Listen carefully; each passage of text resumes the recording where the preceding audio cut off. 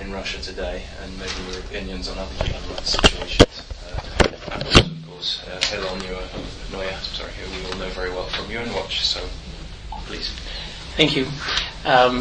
Maybe I'll just say a word or two to introduce our very honored guest here. Tomorrow evening, here in Geneva, we will honor the legacy of the founder of UN Watch, Ambassador Maurice Abraham, who was a great diplomat for 3 decades here at the United Nations Human Rights System on behalf of the United States. He was a great civil rights lawyer with Martin Luther King and a community leader. And we will honor him tomorrow night by bestowing the 2013 Maurice B. Abraham Award, bearing his name upon Russian human rights hero Garry Kasparov, who's with us today. World chess champion at age 22, Mr. Kasparov reached the pinnacle of international achievement and success and continued to excel as the world's top-ranked player for 2 decades. He could have rested on his laurels in comfort and security, but instead he devotes his life not only to promoting chess and education around the world, but to the welfare of his people, fighting an authoritarian regime and the cause of freedom for all. The fate that befell many who dared to defy the Kremlin is well known. However, Mr. Kasparov continues to demonstrate against injustice, unafraid of being arrested and brutally arrested. Through his heroic activism in the face of danger, Mr. Kasparov proves he is not only one of the smartest men on earth, but also one of the bravest. Before I give him the floor, perhaps Alfred Moses, our chairman, who's visiting with us from Washington, wishes to add a word. Thank you, Hillel. It's an honor for me to be here today on behalf of UN Watch, but more particularly to be sitting next to a world hero, Garry Kasparov, a world chess champion. Few of us can even aspire to be a world champion in any field. But chess is particularly challenging because you have an opponent whom you have to defeat, and you have to do it through your mental faculties, your thinking processes, not simply technique. And that's carried over now that Mr. Kasparov has dedicated his life to human rights with the same energy, intelligence, and I believe success as we move forward. It is check, and then the final denouement, when it's checkpoint and the game is over. We're not there as yet. We're still in the early stages of that chess match. The world's tyrants have not been defeated, and others will come to visit their bestiality upon the world in the decades ahead of us.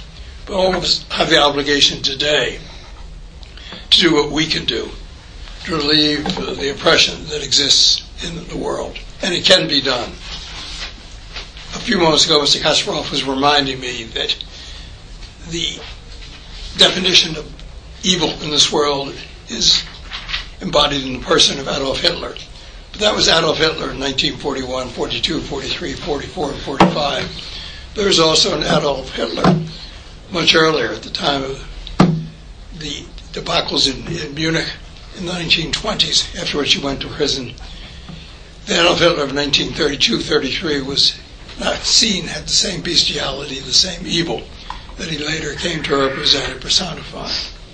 We have persons in the world today who, if they don't aspire to be Hitler, may end up being Hitler if we don't oppose them today. We can do it. It simply requires the world's attention, the world's dedication, and the commitment. And it's because of the leadership and perseverance of persons like Garry Kasparov that we have a chance of accomplishing that. So I salute him. I salute this body for coming here to listen to him. You're in for a treat. He's a person of great profundity, great courage, and committed to a cause that all of us should be sharing. Mr. Kasparov. Thank you. I just want to say one word before giving the floor to Mr. Kasparov, is that as some of you may know, though it hasn't been loudly discussed here in Geneva, is that Russia will be running for a seat on the Human Rights Council. This year they came off because there were term limits, but they'll be running again. The elections will be in November. UN Watch holds an annual event evaluating candidates, and we are declaring today that UN Watch is firmly opposed to the candidacy of Russia for the Human Rights Council. They failed to meet the basic requirements that the candidate country have a record of promoting and protecting human rights, and our invitation to Mr. Kasparov should be seen from our end as a declaration, the beginning of our campaign to oppose Russia's candidacy. Thank you very much for these flattering remarks. Since chess was mentioned alongside with human rights. I always get one of the first questions is, Mr. Kasparov, since you quit professional chess in 2005 and made the decision to move what people mistakenly called Russian politics, because politics immediately, brings images of registering political parties, fundraising, campaigning, debates, and elections. That's all of this, of course, exists in Russia only technically on paper. And the question is, how does your chess experience, chess expertise, may help you in maneuvering in these jungles of Russian politics? And my response is that actually it doesn't, because in chess we have fixed rules and uncertain results, and in so-called Russian elections it's exactly the opposite. Results are fixed and rules can change any time. But still, what I learned from the game of chess, and what probably helps me in my native country and in other global affairs of human rights, is just to be objective in analyzing the situation. So in chess it was about winning or losing. Actually, I always thought losing was not an option. But by doing what I'm doing now on the global scale, defending human rights and political freedom, I recognize that this is not the game that has such a simple outcome as in chess. It's not about winning or losing.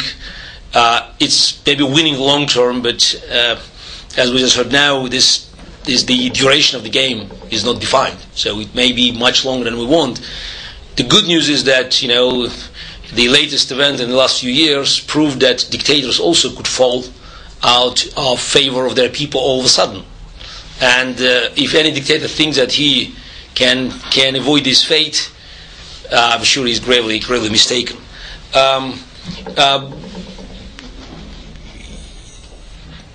There are many countries in the world that are still very far from the standards adopted by the UN Declaration, Universal Declaration of Human Rights. Some may say that Russia is definitely not the worst of them, but I think this is not an argument to use for defending one's candidacy. Russia had certain hopes to reach sort of a proper destination of the properly established democracy in the 90s. We had feeble democracy, but with some institutions that could eventually be developed. But it's all gone. And today, Russia has completed or about to complete a transition from one-party dictatorship to one-man dictatorship. It's a personal dictatorship of Vladimir Putin, who made it very clear that he would stay in power until he is gone. So, of course, nobody knows when it happens, but I have strong feelings that it may happen not exactly at the schedule that Putin made for himself. The list of the violation of human rights in Russia, is too long. So I even say that it's very hard for me to find a good morning, because every morning when I look at the internet and the news coming from Moscow or other cities, just read more about arrests, detentions, investigations. So Russian police has been used extensively to fight political activists, and the last 18 months they showed a clear transition, from authoritarian style into this, as I said already, one-man dictatorship. We are about to see the first political trial with dozens sitting on the bench, political activists, first one since Joseph Stalin. So naturally, and again, any historical parallels, they are very tentative, and of course we're not seeing today the same massive repressions under Joseph Stalin, but I think this 21st century definitely has very different standards that we apply to the countries that pretend that they belong to the civilized world. Russia is still seen by some of the European powers or some in America as somehow democratic state, and I think it's a great illusion. The fact is that Russia technically keeps elections, quote unquote, should not be mistaken for the real opportunity for Russian people to influence the formation of the government. Elections in Russia are not used for as form of referendum of people on the current government, and are no longer a mechanism to replace the government with a different one. Putin stays there on top with no intention to go down, and from very top of the so-called vertical of power to the very bottom, the same mentality has been adopted. So I don't think that by universal adopted standards, Putin's Russia belongs to any human rights council, though that again some may say that they find enough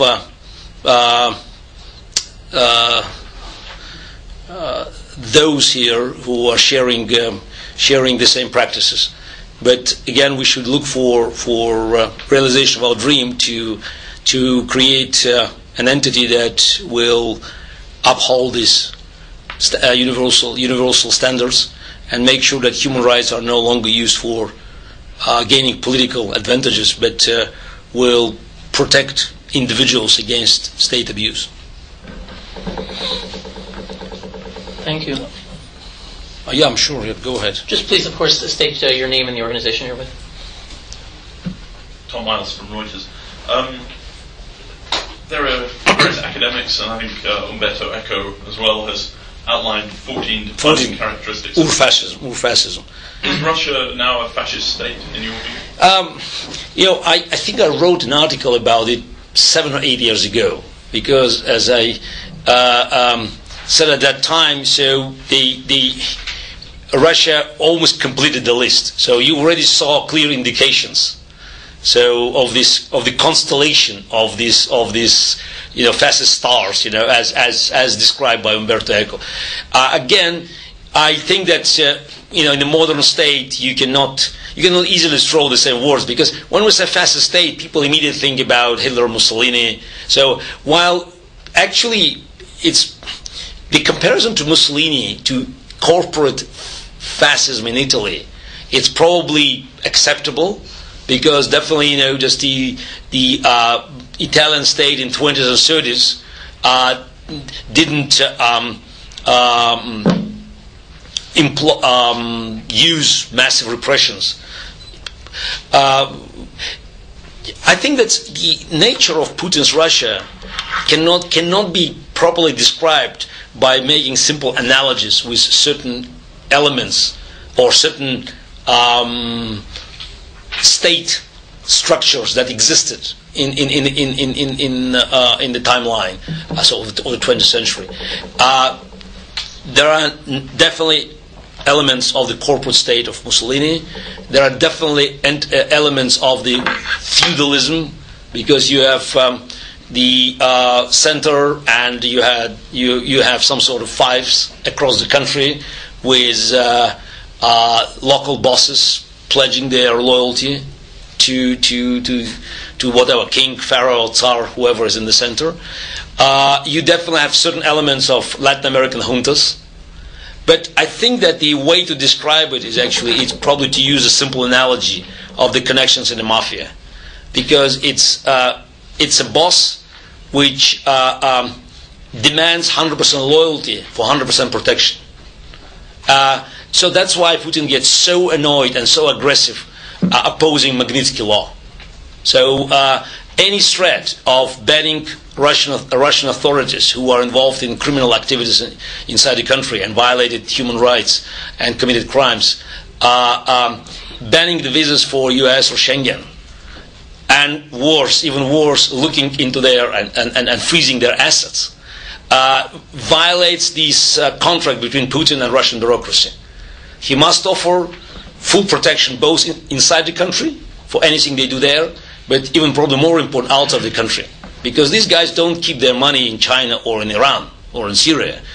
For whatever reason, they prefer Geneva, Zurich, or any. You can look for Russian money taken out of my country from Riga, west of Riga, and any potential threat to these fortunes. And we're talking about maybe not hundreds of billions, already trillions of dollars, but insane amount of money, makes Putin's position very shaky. And he has very good sense of, if you may call it, checks and balances. He needs full loyalty, and loyalty in Russia means that they all follow criminal orders, violating, even acting Russian constitution, which is not perfect but still offers, very broad guarantees of human rights for citizens of Russia. But violating these orders, they have to be secured that nothing would hurt them inside or outside of Russia. So that's why, for instance, after Magnitsky Law was passed in the United States, those who were included in the list, first 18 people I consider criminals, that hopefully will be eventually tried by the court in my country, they were promoted. They were received by the top authorities, including Minister of Interior and Minister of Justice. They were given guarantees that nothing would happen in the future, and that was a clear message that I'm here, I'm protecting you, and that's the rationale for this draconian anti-adoption law, punishing not so much Americans but Russian orphans, and also sending signal to Europe. So we can defy America. Look what can happen to, say, Estonia or Latvia if they dare to follow these footsteps. So it's a criminal nature and of the regime. And one thing that I think the regime is not, and I think that's another problem, misunderstanding. It's not an imperialist, because Putin's it's another great illusion. He is not seeking an enlargement of territories, because in the modern world territories mean very little. So unlike dictators of the past, he is not using tanks. He's using something far more efficient, banks. And we are talking about somebody who controls more money than any other leader in the history of human race. When you look at the Russian hard currency reserves, at the Russian budget, and in the amount of money that key oligarchs groups located in the West, we may probably end up with an amount of $1 trillion, which is directly or indirectly controlled by Putin. And it's insane. And it definitely gives a lot of power. So we can just look at, entities like Russia today. So it's probably the best financed television in the world, and it just does only brainwashing propaganda for abroad. I'm not sure many people buy it, but still, Putin can afford even this. So it's a well managed operation, global operation, which very much in line with Putin's first occupation. So as he once said, there are no ex-KGB agents, and he does it with a lot of he shows a lot of abilities by maneuvering both inside and outside of the country, and demonstrates that he knows how to get his things done, not only by crushing opposition in Russia, but also buying favors from politicians and businesses in the West. Can I follow up on the analogy? Okay, go ahead. Don't worry. So I'll answer. Sorry, on the analogy that you made of a sort of mafia-style protectionist operation, we've all seen The Godfather. We know what happens if you need succession in this situation. I mean, anybody can just suddenly die, fall under a bus, have an accident. What happens if Putin falls down a hole tomorrow and there's no more Putin, is there any succession plan? Would you forecast the biggest battle for power? Again, this is the we cannot, rely on historic analysis, but definitely we can learn something from them. Any time when something happens to the dictator, no matter how well our success is planned well in advance, it ends up with a chaos. Because if I want to give you certain mechanical explanation, is that every system is stable when it's based on certain checks and balances. Now, if it's democracy, you understand what happens. So, if it's monarchy, you also understand how it rotates around the monarchy. Now, if it's a dictator, every dictator creates a system where he is a spine. So he creates all the checks and balances are based on him. All the groups of influence, they are connected to him, and he knows how to handle them. So, if you take off the spine, you can't replace it. I mean, there's no transplant, because their successor comes from one of the groups, which immediately destroys the balance that dictator has been building over years, if not decades. So that's why if anything goes to Putin, the system goes bust. So it doesn't mean that it will become better, instantly, but it definitely will be a different system. Actually, I think that if one can look for the positive lessons from the Putin's rule, is that young Russian activists, political activists, whether they are liberal, and we say liberal in Russia, meaning pro-Western, pro-free market, whether they are left-wing radicals, whether they are nationalists, they recognized the shortcomings of the Iron Fist rule. So I think that if Russia one day, and I hope sooner rather than later, has free and fair elections, and we have a parliament to decide on the future governing structure, I think there's no chance Russia will stay as a strong presidential republic. It will move either to the weak presidency or even to the parliamentary republic. So there's the idea of strong presidency actually has been discredited, because in Russian conditions, whether it's climate or history, I don't know, it always leads to dictatorship. So that's, in my view, will be the inevitable outcome of the collapse of the Putin's regime, unless there will be terrible bloodshed, because we know that more violence when more violence is involved in the transition period, it badly affects the outcome. And unfortunately, Putin made it clear that his regime would not be changed through the ballot. Jonathan Ballard from AFP. When you talk about mafia structures, do you include foreign players in that? I mean, for example, Assad in Syria. I mean, is he part of the people who are getting protection? No, naturally, Putin always, just looks for leaders who are very much alike. But at the end of the day, we should also remember that, in this world, that's the every boss, and Putin is, you may call him capo di tutti capi. He's just boss of bosses. He thinks of his own interests. Now, Putin's interest is simple. As every dictator throughout years, he thinks only about staying in power. So he's like a golden cage. He's most likely the richest man on earth, but his wealth depends entirely on him staying in power. So that's this surviving out of Kremlin for him. I think it's no longer an option. That's why every action, whether it's domestic or foreign, I think, as the way I view it, in his books, has very simple pro and cons. Something that helps me to stay in power, something which might be detrimental for my interest. What is the number one priority for Putin today economically? Cash. He needs money.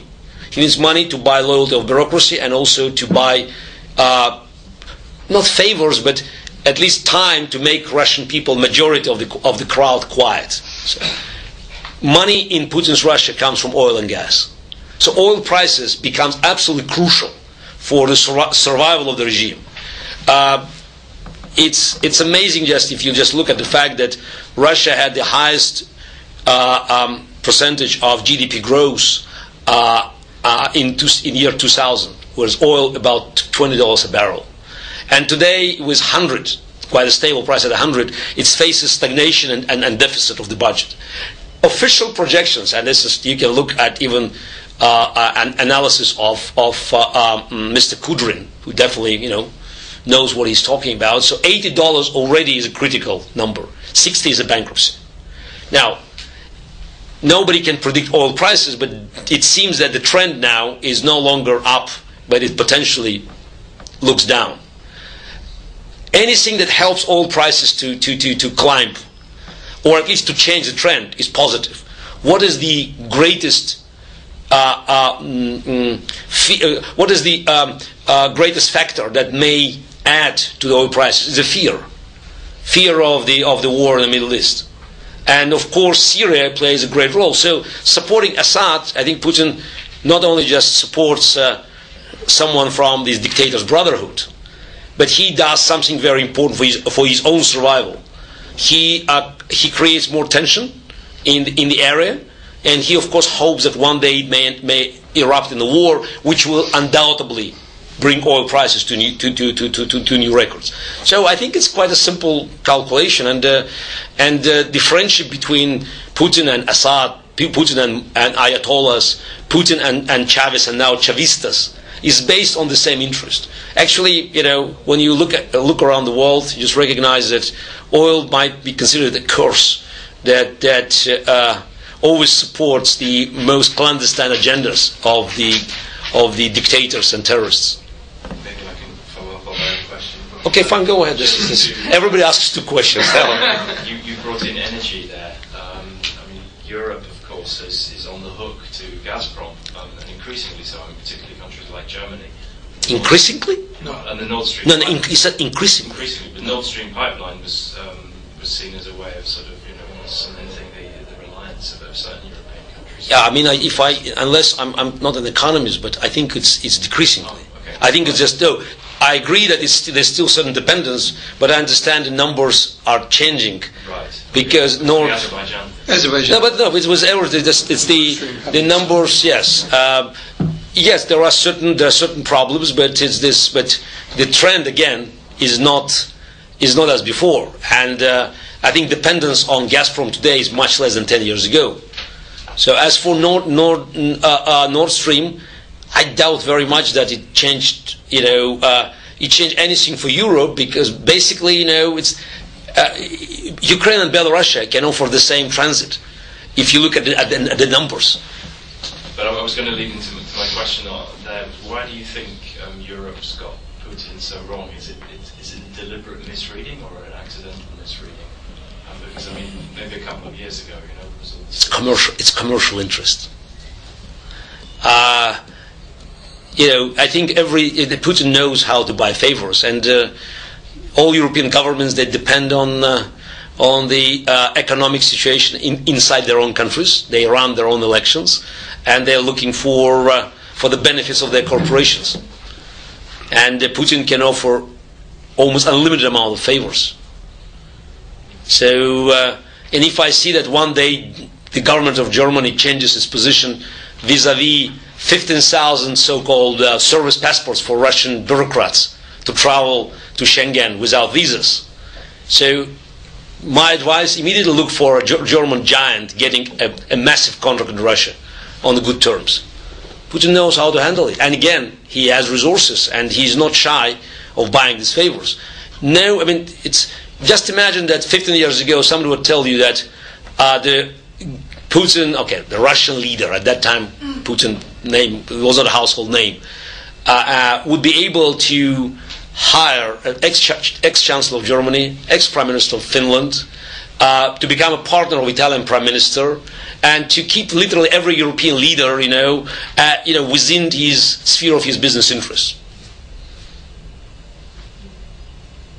So that's why I wouldn't say Europe, because we have a lot of people in Europe who are supporting, our quest for human rights, and who are harshly criticizing Putin and Putin's regime for violation of human rights and their power abuse. But when it comes to the governments, they look in the opposite direction. Why do the Europeans struggle so much to be able to read the mind of the Kremlin. I mean, quite often they seem to be running in circles saying we don't understand why Russia is doing this, and they've struggled to formulate a policy because they don't seem to understand what motivates the Russian mind or Putin. And I mean, you know, it seems very often that the Europeans don't seem to have a sort of clear view or a good strategy. Do you not agree with that? No, but it's the I want, you know, I wonder, you know, why you have such a low opinion on the intellect of European leaders. No, I think Russian energy policy. I think they do understand that, because, you know, I just do not assume that they say what they understand. So I think that's from their understanding and their public statements there might be a huge gap. 75 years ago, you know, when Europe has been looking for ways to contain Hitler, you may say that Chamberlain Daladier didn't know what would follow. Also, you know, the menace was obvious. Still, there were arguments, because the democracies they often feel exhausted, and people are not willing to take any risk, and it's much easier to sell them the story that, you know, it's all under control. So again, unless the threat is so obvious, no politician who is elected politician is willing to jeopardize status quo. And again, Putin knows that. So it's very convenient. At the end of the day, it's a domestic problem. So we just heard that a couple of days ago, the European Union, before moving to Yekaterinburg for the meeting EU-Russia, they made a statement about Magnitsky problem and other cases. They are purely Russian domestic affairs. In 1935, Europe said the same about Nuremberg laws in Germany. It's convenience, not complacency, because I believe that they have no illusions. I will be very surprised if any European leader has any illusions about true nature of Putin regime. But if you say it publicly, you have to act. And acting means that you have to do something which may jeopardize the business interest of your largest corporations and eventually your re-election chances. Yes, my name is Isabel Saco. I work for the Spanish news agency. My question is very much linked to the previous ones, in the sense that I would like you to give us your analysis of the huge, great influence of Russia in the international political affairs, and in cases right now as the Syrian one, but also in other cases and other future cases of dictatorships or political leaders massacring their people. I mean, and what is the role Russia is playing? You have to explain the interest play here. But at what point, in what extent, the other political leaders you think will say stop to Russia? Look. We can only hope, again, looking back in the history, that it happens rather sooner than later. I think, you know, it's just it's very difficult, because there's a vested interest, both political and business, that Putin knows how to use in his favor. I'm not even asking Western leaders to act decisively. It's basically, you know, just not to provide Putin and his regime with democratic credentials. The West has been doing a lot of business with China, much more than with Russia, but no one, I never heard at least, nobody ever claimed Chinese Communist leaders Democrats. It's a business as usual, a lot of positive relations. Definitely, you know, China plays a much more important global role than Putin's Russia for a number of reasons. But Putin managed to build these special relations, and he is received as somebody who is one of this family of democratic nations. I remember in 2006 when Putin was a host of the so-called G8. For me, it was always G7 plus 1, because G7 stood for 7 great industrial democracies. And while you may argue about industrial power of Russia, it was definitely a democracy. But Kremlin propaganda was extremely effective in presenting this event as a demonstration of the fact that Putin is one of them. He's next to Bush, Blair, Berlusconi, Chirac, at that time Schroeder. How could this, bunch of these marginalized radicals criticize Putin if he's fully adopted by the leaders of the free world? So just call apples apples and don't pretend they're oranges. Of course, if there are certain violations of political or financial rules, you have to be extremely vocal about it. Definitely, the flow of this cash from Russia creates problems in the Western financial system. But sometimes, they feel that the nature of this money is irrelevant because it may help certain Western countries at the time of the great need. So I'm not, demanding a decisive interference. At the end of the day, the future of Putin and his regime must be decided by people of Russia. So and I think it will be decided. But it's just, unfortunately, in this conflict between Putin and people of Russia, the free world very often finds itself on the wrong side. I would like you to know about your own situation, personal situation as an opponent to the regime, and what is your freedom of movement, and explain your current situation. No, I kept traveling back and forth until late February, where it became clear that I might be part of this ongoing investigation of the activities of the political protesters. And right now I have serious doubts that if I return to Moscow, I may be able to travel back. So for the time being, I refrain from returning to Russia. Peter Kenny from independent newspapers. Vladimir Putin appears to have become quite a holy man recently. A what man? A holy man. He seems to spend a lot of time with the Orthodox Church. Can you explain the relationship between Putin and the Orthodox Church? The Orthodox Church in Russia, since it was restored in the middle of the World War II by Joseph Stalin, is just it has been working as one of the branches of KGB. So that's why I think Putin is. I think if you look at the rankings, I think he's definitely much lower than the Patriarch. And every regime every dictatorship eventually needs its own mythology, and and the Orthodox Church provides sort of the best motivation for Putin's regime, which lacks historical perspectives. So right now, the way they build this mythology, it definitely includes this so-called following the traditions, and they're trying also to revive Joseph Stalin, which is quite amazing just to see how Putin's propaganda is trying to divide Lenin and Stalin. Bad Lenin, because it was a communist revolution, and good Stalin, who won the war and restored the greatness of Russia.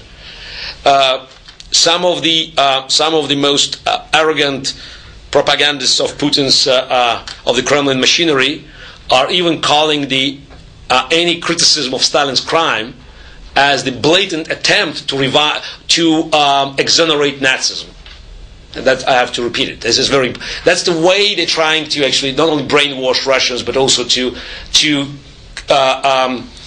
connect political activists who are saying that the communist crimes in the Soviet Union, they were as bad as the fascist crimes across Europe, but they should be not just separated. But anybody who criticizes Joseph Stalin basically is trying to exonerate Adolf Hitler. I find this very troubling because it creates the worst possible combination of reactionary forces that are not offering any future vision of the country except continuing repressions and elimination of what is left of Russian intellectual heritage. Because even on the Soviet time, after Stalin, so there was the certain intellectual heritage that saved the country and made progress, at least in technology, to continue. And at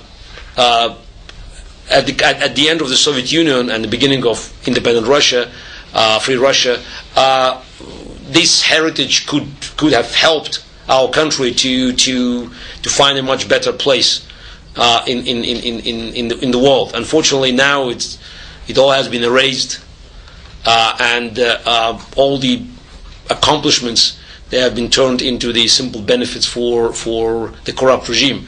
And of course, the corruption of the clerics and the Putin's cronies, which now can be documented and is documented all over the place. It may blow up anybody's imagination. Just yesterday, I think I saw, day before yesterday, they published the pictures of the real estate of the head of the Russian railway stations, Yakunin, one of the oligarchs, Putin's closest buddies. Also very, very, there's a big supporter of the Orthodox Church, goes to Jerusalem every year, comes back with the holy fire. It's amazing. So there's one huge house there, which is only for the servants. And of course, you're talking about hectares and hectares of privatized land, the special river, and just everything that is built, in the traditions of the Catherine the Great court. And of course, it's all paid from the money of Russian taxpayers. So you probably know that Sochi Olympics is the most expensive Olympics in history. Even by the official numbers, they spent over $50 billion just on Winter Olympics. Just to compare, China in 2008 spent $43 billion for Winter Olympics, and at least half of that was disappeared in these black holes. Probably these magnificent constructions of Putin's cronies, both in Russia and outside of Russia, could tell you how this money was spent. Can I clarify something you said about when you mentioned Putin's lower down the rankings? Were you saying as a KGB agent? Because I know Putin was lieutenant colonel. Right, but I know Alexei II was Agent Tozdov. Exactly, but I think he was patriarch. That's my assumption.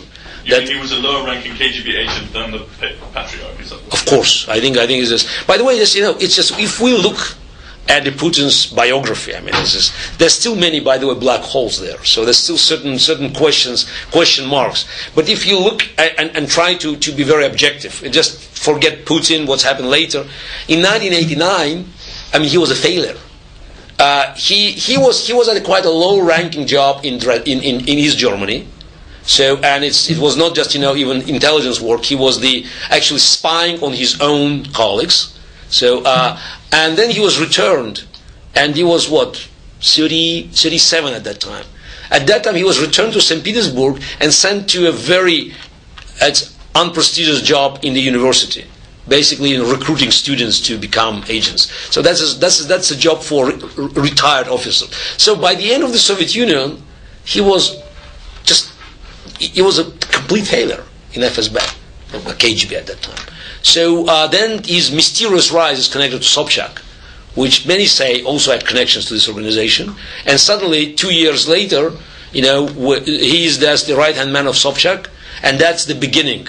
That's the beginning of Vladimir Putin and his clan, like Timchenko. All these people appeared in 91, 92, and suddenly got very rich. And so when Sobchak was kicked out after the elections, Putin showed up in Moscow, brought by Kudrin and Chubais. But he already had a very strong group behind him, because for 5 years, they have been able to benefit from the riches of the second largest city in Russia.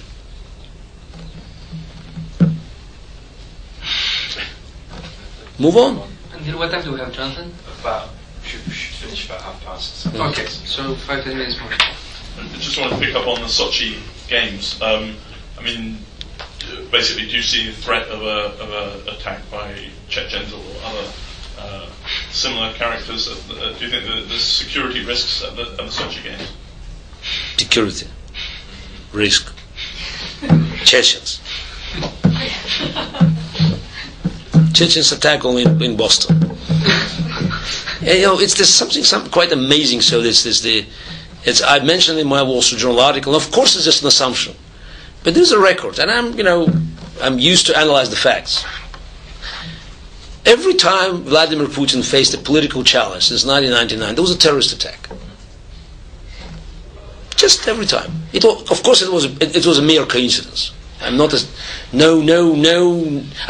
insisting that he was somehow implicated, but it happened. So in 1999, in 2002, in 2004, by the way, he had a major problem in America after Magnitsky Law.